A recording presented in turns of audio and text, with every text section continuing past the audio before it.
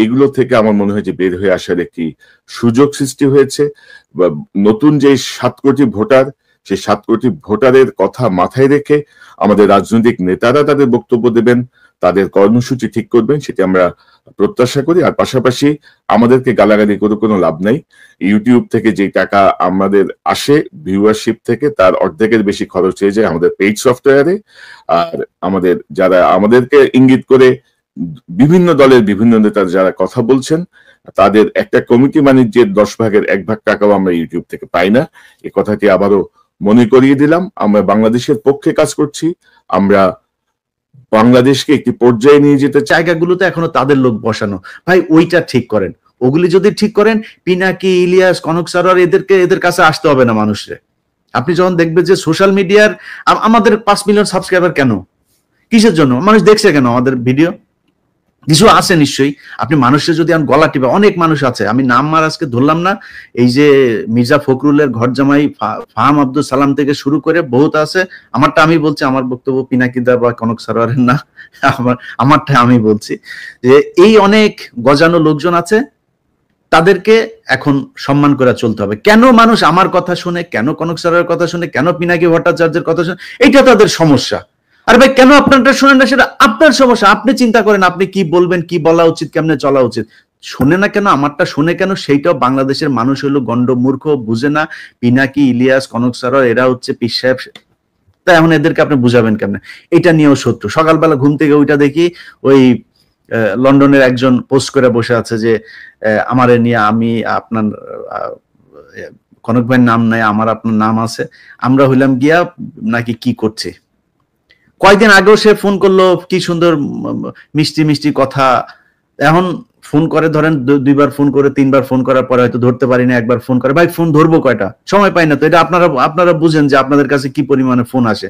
এখন আমার কাছে ধরেন একজন উপদেষ্টা আমার সাথে কথা বলছে, এখন একজন পুলিশের একজন ডিসি আমাকে ফোন করলেন, আমি কাটটা কেটে কাটটাই, দুজনই তো গুরুত্বপূর্ণ।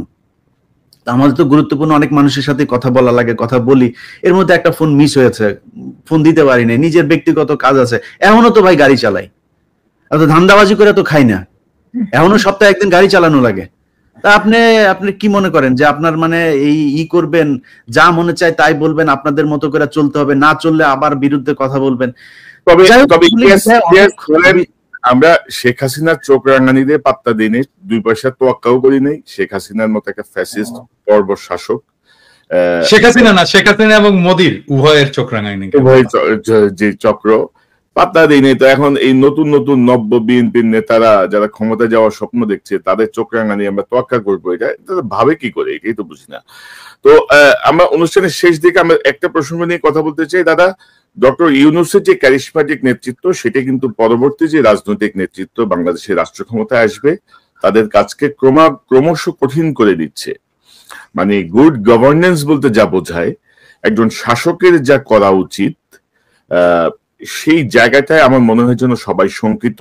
এবং আমি একবার বলছিলাম, বুকে পাথর চাপা দিয়ে অনেকের বুকের সে পাথর এখন এবার পাহাড় হয়ে গেছে, পাহাড়ের পাথর। তো এগুলো কিন্তু কঠিন করে দিচ্ছেন, কিন্তু উনি কিন্তু সবকিছু কঠিন করে দিচ্ছেন। আপনি দেখেন একটা পাজামা পাঞ্জাবি, একটা স্নেকার্স আর একটা কটি লাগাই উনি পুরা দুনিয়া মাথায় বাড়াচ্ছেন, এবং কোনো কিছুই নাই। দেখেন তার মধ্যে কিন্তু ওরকম কোনো এক্সপোজারও নাই। তো এই বিষয়গুলো কিন্তু মানুষকে খুব টাচ করছে এবং ক্রমশ কঠিন করে তুলছে পরবর্তী রাজনীতিবিদদের। তো আমরা এদের জন্য আপনার কোনো বক্তব্য আছে কিনা? পাশাপাশি ডক্টর ইউনূস কিন্তু তার এই কৃতিত্বের একটা জায়গায় কিন্তু ক্ষতিগ্রস্ত করছেন তার এই উপদেষ্টা পরিষদ দিয়ে। মানে কমপক্ষে 15 জনকে তার আরো 6 মাস আগে ঘাট ধরে বের করে দেওয়া উচিত ছিল, মানে ফর ইনক্যাপাবিলিটি অর ইনএফিসিয়েন্সি অর সবকিছু মিলায়। তো এই জায়গাটা ডক্টর ইউনূস সাহেব কেন দেখছেন না, বা দেখেও তিনি কেন মেনে নিচ্ছেন? খুব সংক্ষেপে আপনার কাছ থেকে শুনে তারপর ইলিয়াসের বক্তব্য শুনবো। মানে আমি যেহেতু প্রফেসর ইউনূসের সাথে কাজ করছি, সেই জন্য আমি জানি উনার ম্যানেজমেন্ট স্টাইলটা, উনি এটা করবেন না। হ্যাঁ, উনি ওনার টিমকে এভাবেই ডিল করেন আর কি। আমি কিন্তু খুবই ঘনিষ্ঠভাবে কাজ করছি অল্প সময়, কিন্তু আমার আর্লি ক্যারিয়ারে খুবই ঘনিষ্ঠভাবে কাজ করছি। আমি ওনার পাশের রুমেই বসতাম আর কি, এবং গ্রামীণ ব্যাংকের যে স্বাস্থ্য কর্মসূচি, সেটার আমি কোঅর্ডিনেটর ছিলাম ঢাকায়। তো আমি ওনার ম্যানেজমেন্ট স্টাইল জানি আর কি, উনি কিভাবে কাজ করেন। তো সেই জন্য এটা উনি করবেন না। কিন্তু এই এই এই যতগুলো জিনিস কনক আপনি বললেন যে উনি যে হাই স্ট্যান্ডার্ড সেট করে যাচ্ছেন, এটা পলিটিক্যাল লিডারশিপ এটাকে ফলো করতে পারবে কিনা।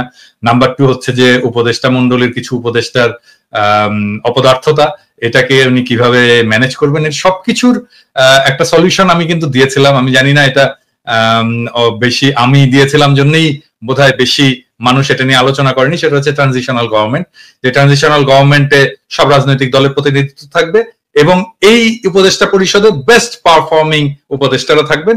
আর রাজনৈতিক দলগুলো থেকে বিভিন্নভাবে বিএনপি হোক, জামাত হোক, এমনকি সেটা এনসিপি হোক, তারপর এবি পার্টি হোক, এমনকি নূরের দল, বাম, যারাই হোক, সবাইকে মিলে একটা নতুন মন্ত্রিসভা তৈরি করা এবং যেই ইয়েতে উপদেষ্টা পরিষদে তারেক রহমানের অন্তর্ভুক্তি উপপ্রধান উপদেষ্টা করে।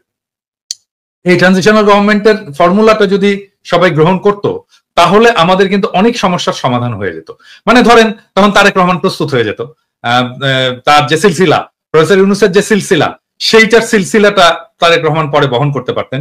ট্রেন্ড হতেন প্রফেসর ইউনূস কিভাবে রাষ্ট্র চালাচ্ছেন, কার সাথে কার কি সম্পর্ক, সেই সম্পর্কটাকে উনি ট্রান্সফার করে দিয়ে যেতে পারতেন তারেক রহমানের কাছে। এবং তারেক রহমানের ইমেজের যদি কোনো সময় আছে, কিছু প্রবলেম তো আছে, ইমেজের প্রবলেম আছে, যেটা তৈরি হোক অথবা সত্য হোক, সেই ইমেজটা ক্লিন আপ হয়ে যেত এই সময়ের মধ্যে। ওনার নেতৃত্বের গুণাবলী বিকশিত হতো এবং আমি অপদার্থ উপদেষ্টাদেরকে বের করে দিতে পারতাম। বিএনপিরও যারা মন্ত্রী হতে চায়, যারা ক্ষমতায় আসতে চায়, তারাও ক্ষমতার স্টেক পেলো, ভাগ পেলো। তারা ক্ষমতায় এসে তাদের কাজ দেখাতে পারলো যে তারা কেমন ইয়ে করবে। আবার আরেক দিক থেকে দায়টা কিন্তু পুরোপুরি প্রফেসর ইউনূসের, বিএনপি কে নিতে হচ্ছে না। কিন্তু যদি এটা ফেলও করে তাহলে দায়টা প্রফেসর ইউনূসেরই থাকে। এইভাবে এই পুরো প্রবলেমটাকে সলভ করা যায় এবং এটা যদি বিএনপি চায়, এটা আসলে মূল স্টেক তো এটা বিএনপির, বিএনপি কে মানতে হবে। বিএনপি যদি চায় আমি এটাকে ফ্যাসিলিটেট করতে পারি অন্যান্য সব পার্টির সাথে, এমনকি প্রফেসর ইউনূসের সরকারের সাথেও ফ্যাসিলিটেট করে এটাকে যেন রূপ দেওয়া যায় সেই চেষ্টা আমি করতে পারি। বাইরের একজন লোক লাগে, আমি ভলান্টিয়ার করলাম, আমার চেয়ে অনেক যোগ্য লোক আছে, তারাও করতে পারে। কিন্তু যেহেতু আমি এটা আইডিয়াটা কনসিভ করেছিলাম, সেই জন্য আমি যদি এটার সাথে যুক্ত থাকি, আমি মনে হয় যে এটাকে ফ্যাসিলিটেট করতে পারবো, আমি সবাইকে সবার সুবিধাগুলো বুঝিয়ে দিতে পারবো আর কি। জি দাদা, এই যে ইলিয়াস, আপনার কাছ থেকে একটু শুনি। ইলিয়াসের ট্রানজিশনাল গভর্নমেন্টের ব্যাপারে তোমার মতামত কি? মানে ডক্টর ইউনূসের কৃতিত্ব অনেকটাই ম্লান হয়ে যাচ্ছে, কিন্তু তার উপদেষ্টা বা ম্লান হওয়ার থেকে আমি বলবো যে উনি যে গতিতে যাচ্ছেন আমরা আরো অনেক বেশি সুফল পেতাম, আরো অনেক বেশি কি বলবো মানে গতিশীল থাকতো প্রত্যেকটা ডিপার্টমেন্ট যদি ওনার উপদেষ্টারা ওনার সাথে তাল মিলাইতে পারতেন। মানে উনি 84-85 বছর বয়সে যে গতিতে যাচ্ছেন, ওনার মাথা যে গতিতে কাজ করছে তার থেকে মানে অনেক গুণ, মানে উনি 100%, উনি যদি 80% দেন, ওনার উপদেষ্টা পরিষদের কমপক্ষে 15% দিতে পারছেন না। তো সেই জায়গাটা উনি এই দায়টা কেন নিচ্ছেন বা কি করণীয়, ইলিয়াস আপনি কি মনে করেন? না, ওনার ধরেন যেটা আপনি গতির কথা যেটা বলছেন, সেই গতির চাইতেও সবচেয়ে বড় জিনিস হলো আমার মনে হয় কি যে এই ডক্টর ইউনূসের কিছু কিছু জায়গায় উনি আসলে আমার ধারণা যে উনিও তো বয়স হয়েছে, আন্তর্জাতিক বিষয়গুলো দেখতে গিয়ে, অর্থনৈতিক এই বিষয়গুলো দেখতে গিয়ে উনি দেশের অভ্যন্তরীণ, বিশেষ করে যেমন স্বরাষ্ট্র মন্ত্রণালয়, আইন মন্ত্রণালয়, এইসব মন্ত্রণালয়গুলোর ব্যাপারে ওনার মনে হয় মানে সময় দেওয়ার সুযোগ কম। আমি মনে করি যে ওনার আশেপাশে এই যে প্রথম আলো, ডেইলি স্টারের যেই বলয়, আসিফ নজরুলের যেই প্যারালাল আর একটা গভর্নমেন্ট আসিফ নজরুল তৈরি করেছে, এই জায়গাটা দেখেন আমরা অনেক সমালোচনা করি দেশের মানুষের, আমি আজ পর্যন্ত কাউকে দেখি নাই যে এর সমালোচনা ওর সময়, কিন্তু ডক্টর মোহাম্মদ ইউনূসের সমালোচনা কেউ করে না। তো আমি শুধু ছোট করে এতটুকুই বলবো যে ডক্টর মোহাম্মদ ইউনূসের উচিত যে ওনার এই জায়গাগুলো ঠিক করা। ওনার এই শেষ বয়সে এসে নিশ্চয়ই উনি ব্যর্থ হতে চান না। উনি যদি ব্যর্থ হতে না চান, এই জায়গাগুলো ঠিক করা দরকার, যাতে এই প্যারালাল গভর্নমেন্ট তৈরি করে যারা আওয়ামী লীগ এবং ভারতের, কালকে একটা কথা শুনলাম যে এই যে মামলাটা বাংলাদেশে চলছে আন্তর্জাতিক অপরাধ ট্রাইব্যুনালে, এই সেম মামলাটা আমাদের আপনার ইয়েতো করার সুযোগ আছে আন্তর্জাতিক ইয়েতে, আদালতে। তো ওইখানে করার জন্য আসিফ নজরুল দিচ্ছে না, পারমিশন দিচ্ছে না। তিনি কারণ হিসাবে বলেছেন যে এটা নাকি ওইখানে গেলে আমাদের দেশের অভ্যন্তরীণ এই তদন্তগুলোতে সমস্যা হবে, এখানে শাস্তি দিতে সমস্যা হবে। ওইটাতে হলে আমাদের এখানে সমস্যা কি? আন্তর্জাতিক ভাবে যদি নাকি শেখ হাসিনাকে কোনোভাবে পানিশমেন্ট দেওয়া যায় বা বিচার করা যায়, সেটা তো আরো ভালো আমাদের জন্য। তারপরে কয়েকদিন আগে আপনি দেখেছেন যে এই যে সিলভিয়া থেকে শুরু করে আইন মন্ত্রণালয়টা তার নিজের ব্যক্তিগত সহকারী, এটা নিয়ে প্রতিদিনই বলি যে এই শামসুদ্দিন মাসুম, সে ছিল হইলো ABM খায়রুল হকের পার্সোনাল সেক্রেটারি, তাকে সে তার কাছে এনে বসিয়ে রেখেছে এবং আইন মন্ত্রণালয়ে শুনুক। আইন মন্ত্রণালয়ে আসিফ নজরুল একদিন ডেকে গোপনে ওইখানকার কয়েকজন বিচারক এদের, তারপরে এই সচিব এদেরকে ডাকুক, ডেকে জিজ্ঞেস করুক কি অবস্থা। অনেক জায়গায় আছে একই লোকজন। তো এদেরকে যদি সরানো যায় আমার মনে হয় আরো বেশি ভালো হইতো, মানুষ আরো স্বস্তি পেত। এই তো আর কি। আর আমি বিএনপির ব্যাপারে সবচেয়ে যে বিষয়টা বলবো যে বিএনপির উচিত হবে যে সোশ্যাল মিডিয়াতে যেসব জিনিসগুলো এখন যাচ্ছে, যে মানুষ যেসব সমালোচনাগুলো করে, এইসব সমালোচনাগুলোর ব্যাপারে তারা আমার মনে হয় আরো বেশি সিরিয়াস হবে যে কোথায় কি হচ্ছে, আসলে কি সমস্যাটা হচ্ছে কিনা। কারণ সামনে তারেক রহমান কিন্তু বারবার একটা কথা বলেন যে সামনে নির্বাচনটা অনেক কঠিন নির্বাচন হবে বিএনপির জন্য। সো সেই কঠিন নির্বাচনটা তাদের যদি উতরাতে হয় তাহলে অবশ্যই তাদের যে অপোজিশন সেটাকে খুব স্ট্রং মনে করতে হবে। এটা মনে না করে যদি নির্বাচনে যায়, আমার মনে হয় 1991 সালের নির্বাচনে যেমন শেখ হাসিনা মন্ত্রিসভা গঠন করে ফেলেছিল, খালেদা জিয়া পরে প্রধানমন্ত্রী হন, আমার মনে হয় সেই পরিস্থিতি হয়ে যেতে পারে। তবে ইলিয়াস, আমার পর্যবেক্ষণ হচ্ছে জনাব তারেক রহমান তার যে বক্তব্যগুলো দিচ্ছেন এগুলো তার বাংলাদেশের নেতারা ঠিক ধরতে পারছেন না অথবা বুঝতে পারছেন না, এটা ডেপটা বুঝতে পারছেন না, এটা মেসেজটা ধরে কাজ করতে পারছেন। ধরেন একটা দলের প্রধানকে কিন্তু একটা ডিপ্লোম্যাটিক অবস্থানে সবসময় থাকতে হয়। মানে আপনি যেভাবে কথা বলি, ধরেন আজকে যদি আপনি কোনো একটা দায়িত্বে যান, আপনি এভাবে কথা বলতে পারবেন না। পিনাকিদা একটা দায়িত্বে গেলে এভাবে কথা বলতে পারবে না। আমরা এখন অনেক স্ট্রেইট কথা বলি, কিন্তু একটা দায়িত্বে যখন তখন আপনাকে একটা ডিপ্লোম্যাটিক অবস্থান নিতে হবে। এবং আপনি যেটি বলছিলেন, শুধু আসিফ নজরুল PS না, প্রধান বিচারপতি যিনি PS, তারা তিন বন্ধু মিলে এখন সুপ্রিম কোর্ট এবং আইন মন্ত্রণালয় চালাচ্ছে। আর আমরা অনেক কথাই বলছি, পিনাকিদা একটা কথা বলে না, ওই যে ইংরেজিতে যেহেতু বলছে নিশ্চয়ই ঠিকই কইছে। তো এখন আমার মনে হয় যে কিছু মানুষের মধ্যে এই জিনিসটা ছড়াইছে, আমরা যেহেতু কিছু বলছি নিশ্চয়ই এখানে কোনো অন্য উদ্দেশ্য আছে, নিশ্চয়ই আমরা নির্বাচনকে লম্বা করতে চাই, মানে নির্বাচনকে পিছাইতে চাই, নিশ্চয়ই আমরা মানে এরকম কিছু ভাবনা আমরা দেখতে পাচ্ছি। আমরা চাই না বিএনপি ক্ষমতা আসুক, আমরা চাই না ক্ষমতা আসলে আমাদের সমস্যা কি? আমাদের তো কোনো সমস্যা নাই, আমরা তো বসে আছি যে বিএনপি ক্ষমতায় আসলে আমরা দেশে যাব। আমরা অদ্ভুত একটা সময় পার করতেছি এবং এগুলো বিএনপির লোকজন। আর ধরেন একটা খবর দিতে চাই দাদা, যেটা মির্জা আব্বাসের যে আস্থাশীল যেই আপনার বাংলাদেশের যে মিডিয়া যাদের জবাবদিহিতে আছে, তাদের তো অনেক নিউজ এখন পর্যন্ত দেয় না। তো জাস্ট দর্শকদেরকে বলি, একটু পরে আমি হয়তো আমার ফেসবুকে বিস্তারিত দিব। গতকাল 5 জন সেনা কর্মকর্তাকে মানে সেনা হেফাজতে নেওয়া হয়েছে, অ্যারেস্ট করা হয়েছে। যে যাদের কথা আমরা বারবার বলছিলাম, তার মধ্যে আছেন ব্রিগেডিয়ার ইমরান হামিদ, তৎকালীন 46 ব্রিগেডিয়ার কমান্ডার, আছেন মানে তৎকালীন মানে হচ্ছে জুলাই আগস্ট ওই সময়টায় কর্নেল আব্দুল্লাহ আল মোমেন, তিনি অতিরিক্ত মহাপরিচালক র্যাব ADG তৎকালীন র্যাবের, লেফটেন্যান্ট কর্নেল মোহাম্মদ রিদওয়ানুল ইসলাম বিজিবির CO, যিনি গুলি করেছেন, গুলি করছে সেই CO, major Mohammad Noman Al Faruk, 23 east Bengal regiment, মোহাম্মদপুরে করছে। এই 5 তারিখেও সে গোলাগুলি করেছে। এই 5 জনকে আসলে আপনার সেনা হেফাজতে নেওয়া হয়েছে। তবে সেনা হেফাজতে এই বেসামরিক হত্যাকাণ্ড বা এইসব ঘটনার বিচারের কোন বিধান আছে বলে আমি জানি না। পিনাকিদা নিয়ে বিস্তারিত কাজ করেছে। আমাদের হচ্ছে যে এরা যেন পালিয়ে যেতে না পারে, এটা যেন কোনোভাবে পালিয়ে যেতে না পারে। এটা পালিয়ে গেলে এটা ওয়াকারের দায়িত্ব, ওয়াকারকে এটা জবাবদিহিতা করতে হবে। অনেকে এই বিষয়টা নিয়ে আশঙ্কা প্রকাশ করে মেসেজ দিয়েছেন যে আপনারা একটু কিছু জায়গায় একটু বলেন যেন এরা পালাতে না পারে, কারণ ইতিমধ্যে অনেকেই পালিয়ে গেছে, অনেকে পালিয়ে যেতে দেয়া হয়েছে। তো দাদা, আর দুটা প্রসঙ্গ জাস্ট উল্লেখ করে আমি অনুষ্ঠান শেষ করব। এই বিষয়টা নিয়ে আমরা নিকট সময়ে আরেকবার কথা বলবো। আমি কদিন আগে, এটা আসলে আলোচনা করা হয়নি, কদিন আগে আমি একটা পোস্ট দিয়েছিলাম, 2 সপ্তাহ আগে, আওয়ামী লীগের নিবন্ধন বাতিল ও রাজনীতি নিষিদ্ধ করার দাবি জানিয়েছেন এনসিপির আহ্বায়ক নাহিদ ইসলাম। আপনি কি দাবি সমর্থন করেন?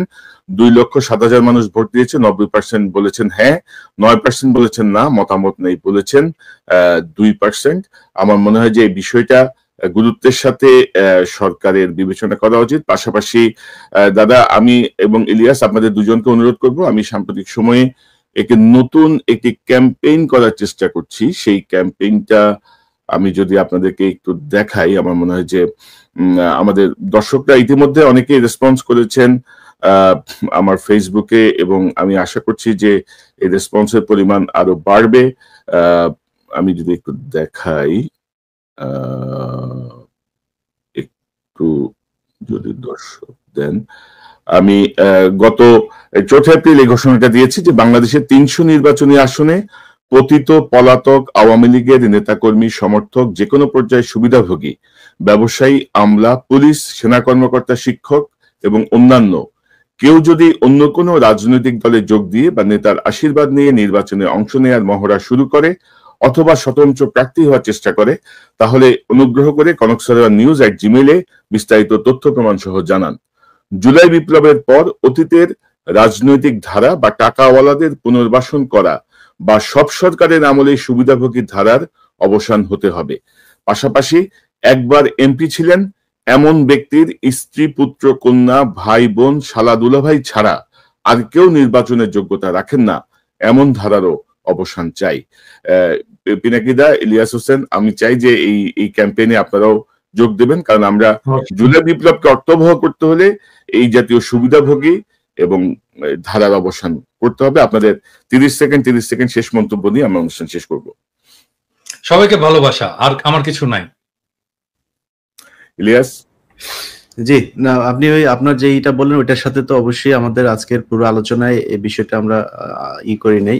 যে জুলাই এই হত্যাকাণ্ডের এই ঘটনায় যারা কিনা হত্যার শিকার হয়েছেন এবং আহত আছেন, তাদের জন্য আমার মনে হয় সরকার কিছুটা উদাসীনতা দেখাচ্ছে কিনা জানি না, যে পরিবারগুলোকে সর্বোচ্চই দেয়া হোক, কারণ তাদের কারণেই আজকে আমরা এই যে নতুন করে কথা বলতে পারছি এবং নতুন করে আমরা নির্বাচনের স্বপ্ন দেখছি, তাদের কারণেই। সো তাদের প্রতি সম্মান দেখানো উচিত। আর সবশেষে আপনি যে বিষয়টা বলেছেন যে ওয়াকারের ব্যাপারে, ওয়াকার আমরা যে বিষয়টা মাঝখানে ঘটেছিল যে বিএনপি আমাদেরকে যেভাবে করছে, সেনাবাহিনীর ভেতরেও মনে হচ্ছে একটা পক্ষ আমাদেরকে দেশদ্রোহী বানানোর একটা পায়তারা করছেন।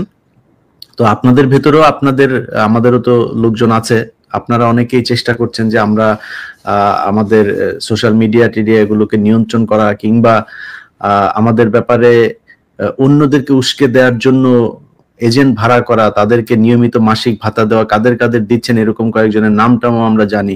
তো আমরা আসলে আমি আমার ব্যক্তিগতভাবে যদি আমার কাছে জিজ্ঞেস করেন, আমি চাই ওয়াকার থাকুক। ওয়াকার সেনা প্রধান হিসাবে ওনার চাইতে আসলে সবকটাকেই তো হাসিনা দিয়ে গিয়েছেন এই জায়গায়। এই জেনারেল যা আছেন, আপনি ওয়াকারের পরে যার কাছে যাবেন সে যে কি হবে সেটাও তো জানি না। সো আমরা চাই, যেহেতু 5 তারিখের একটা কি বলবো যে এটার জন্য ক্রেডিট দিতেই হয়, সেটা তিনি ইচ্ছাই দেখ আর অনিচ্ছাই দেখ, সেই বিতর্কেই যেতে চাই না।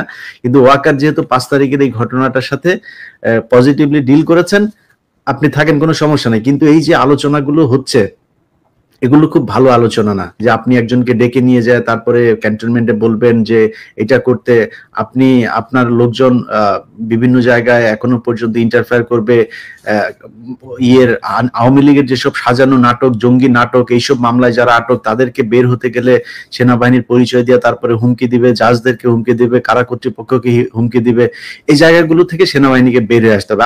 আমরা আপনাকেও সম্মান করতে চাই, আপনি সম্মান রাখেন, তবে ইলিয়াস জায়গায় থাকেন, আমরা সম্মান করবো। কিন্তু অসম্মানের জায়গায় রাখলে আপনি সেনা প্রধান না কে, ওইটা নিয়ে আসলে আমাদের এত বেশি পাত্তা দেওয়ার কিছু নাই। আমরা 5 বছর, 10 বছর, 15 বছর দেশে যাইনি, দরকার হলে আরো 15 বছর যাব না। আপনি যদি নাকি জনগণের বিরুদ্ধে দাঁড়ান, আমরা আপনার বিরুদ্ধে দাঁড়াবো। মানে ইনক্লুসিভ নির্বাচনের কথা বলা যাবে না। আমরা সেনা প্রধানের কাছ থেকে ইনক্লুসিভ নির্বাচনের কথা শুনতে চাই। আমরা আপনার কাছ থেকে ইভেন আপনার কাছ থেকে কোনো পলিটিক্যাল বক্তব্যই শুনতে চাই না। ক্যান্টনমেন্ট থেকে রাজনীতি বাইরে বের হইতে হবে এবং রাজনৈতিক দলের নেতাদেরকে নিয়ে যে ঘুটু করা, কথা বলা, এটাও চাই না। আপনার কাজ না, আপনার দেশ রক্ষা কাজ, সেটা করেন। তবে দাদা এটা একটা পজিটিভ মুভ, এই 5 জনকে অ্যারেস্ট করা এটা একটা পজিটিভ মুভ। আমি মনে করি যে হ্যাঁ ওইটাই ভাই, আমি এই জন্য কথাটা তুললাম যে এই জন্য সেনাপ্রধানকে ধন্যবাদ জানাই যে আপনি এটা করেছেন। আমার মনে হয় এই বিডিআর হত্যাকাণ্ড গঠিত যে কমিশন, তাদের একটা লিস্ট আছে কাকে কাকে জিজ্ঞাসাবাদ এবং করতে হবে, তাদেরকেও গ্রেপ্তার করবেন, এবং গুম কমিশনের যে তালিকা দেওয়া হয়েছে তাদেরকেও গ্রেপ্তার করার সুযোগ করে দিবেন। আন্তর্জাতিক অপরাধ ট্রাইব্যুনালের যে তালিকা আছে তাদের সবাইকে আপনারা সেনাবাহিনীর পক্ষ থেকে কোনো বাধাহীন ভাবে তাদের গ্রেপ্তার করার সুযোগ দিবেন, এবং এই ফৌজদারি কার্যবিধিতে যেভাবে বিচার হয় সেইভাবে, সেনা আইনের বিচারে না। এবং আমি মনে করি, আমরা তো বারবারই বলছিলাম দাদা, মানে 20-25 জন কর্মকর্তাকে বাঁচাতে যে পুরো সেনাবাহিনীর যে ক্রেডিবিলিটি, সেনাবাহিনীর এই ভূমিকা, সেটিকে আসলে ক্ষতিগ্রস্ত করছেন। মানে কেন করছেন, কার পরামর্শে করছেন সেটি আমরা জানি না। আমার মনে হয় যেন ইটস এ পজিটিভ মুভ, এবং তিনি আমাদের কথাগুলো পরে হলেও শুনবেন, বা সকল কিছু দেশের স্বার্থে, সেনাবাহিনীর সম্মানের স্বার্থে। তো দাদা আমার মনে হয় যে আজকে আমরা আর লম্বা না করি, অনেক সময় হয়ে গেছে, প্রায় 1 ঘন্টা 22 মিনিট। অনেক দর্শক অপেক্ষায় করে দেখছেন এই অনুষ্ঠানটা, সবাইকে ধন্যবাদ। পিনাকিদা, ইলিয়াস হোসেন, আপনাদের দুজনকে অসংখ্য ধন্যবাদ আজকের মূল্যবান অংশগ্রহণের জন্য। দর্শক এতক্ষণ যে অনুষ্ঠান শুনলে নিশ্চয়ই আপনার এই আলোচনা মর্মার্থ উপলব্ধি করতে সক্ষম হবেন। আমরা যেটি বলতে চেয়েছি, ডক্টর ইউনূসের যে ক্যারিসমেটিক নেতৃত্ব, সেই নেতৃত্ব বাংলাদেশের মানুষকে একটু নতুন ভাবে আশা জাগিয়েছে, এবং আমরা মনে করি যে নির্বাচনের ডামাডোল না তুলে ডক্টর ইউনূসের মাধ্যমে আমাদের দেশের যে আবর্জনাগুলো জমেছিল, যেই কাজগুলো রাজনৈতিক সরকারগুলো করতে পারবে না, সেই কাজগুলো ডক্টর ইউনূসের নেতৃত্বে অন্তর্বর্তীকালীন সরকারের মাধ্যমে আমরা যদি সম্পন্ন করতে পারি, তাহলে আমরা একটি সুন্দর বাংলাদেশের দিকে যাব। বাংলাদেশের 54 বছর হয়ে গেছে, সেই 54 বছর ধরে গণতন্ত্রের অভিযাত্রা, দুর্নীতির বিরুদ্ধে সংগ্রাম, এই সংগ্রাম ওই সংগ্রাম, ক্রমাগত আমরা এগুলো করে গেছি। তো এগুলো থেকে আমার মনে হয় যে বের হয়ে আসার একটি সুযোগ সৃষ্টি হয়েছে। নতুন যে 7 কোটি ভোটার, সেই 7 কোটি ভোটারের কথা মাথায় রেখে আমাদের রাজনৈতিক নেতারা তাদের বক্তব্য দেবেন, তাদের কর্মসূচি ঠিক করবেন, সেটি আমরা প্রত্যাশা করি। আর পাশাপাশি আমাদেরকে গালাগালি করে কোনো লাভ নাই। ইউটিউব থেকে যে টাকা আমাদের আসে ভিউয়ারশিপ থেকে, তার অর্ধেকের বেশি খরচ হয়ে যায় আমাদের পেইড সফটওয়্যারে। আর আমাদের যারা আমাদেরকে ইঙ্গিত করে বিভিন্ন দলের বিভিন্ন নেতা যারা কথা বলছেন, তাদের একটা কমিটি বাণিজ্যের 10 ভাগের 1 ভাগ টাকাও আমরা ইউটিউব থেকে পাই না। এই কথাটি আবারও মনে করিয়ে দিলাম। আমরা বাংলাদেশের পক্ষে কাজ করছি, আমরা বাংলাদেশকে একটি পর্যায়ে নিয়ে যেতে চাই, কোনো দলের পক্ষে কাজ করছি না। হাসিনা হুমকি দিয়ে কিছু করতে পারেনি, হাসিনা জেলে পাঠিয়ে পারিবারিকভাবে নির্যাতন করে কিছু করতে পারে নাই, আর এখন তো সেই স্বপ্ন অনেক দূরাগত। সো যারা যেই জায়গায় আছেন, ভুল বোঝাবুঝির কোনো অবকাশ নাই। দেশের পক্ষে আসুন, দেশের পক্ষে সবাই মিলে আমরা কাজ করি। পাশাপাশি আরেকটি বিষয় আমি বলতে চাই, ডক্টর ইউনূসের ইন্টারভিউ দেখে বা তার কথাবার্তা শুনে যারা বিভ্রান্ত হয়েছিলেন যে এই লোক পারবে না, তিনি তার ক্যাপাবিলিটি ইতিমধ্যে প্রমাণ করে দিয়েছেন। তার সঙ্গে চ্যালেঞ্জে যায় না, তার সঙ্গে ধাক্কা ধাক্কিতে যায় না, আপোষে আসেন। এবং আমার ধারণা ডক্টর ইউনূস খুব শীঘ্রই হয়তো তার উপদেষ্টা পরিষদ পরিবর্তন করে একটি নতুন কাঠামোর মধ্য দিয়ে হয়তো দেশকে পুনর্গঠন বা নির্বাচনের পথে ক্রমশ এগিয়ে যাবেন।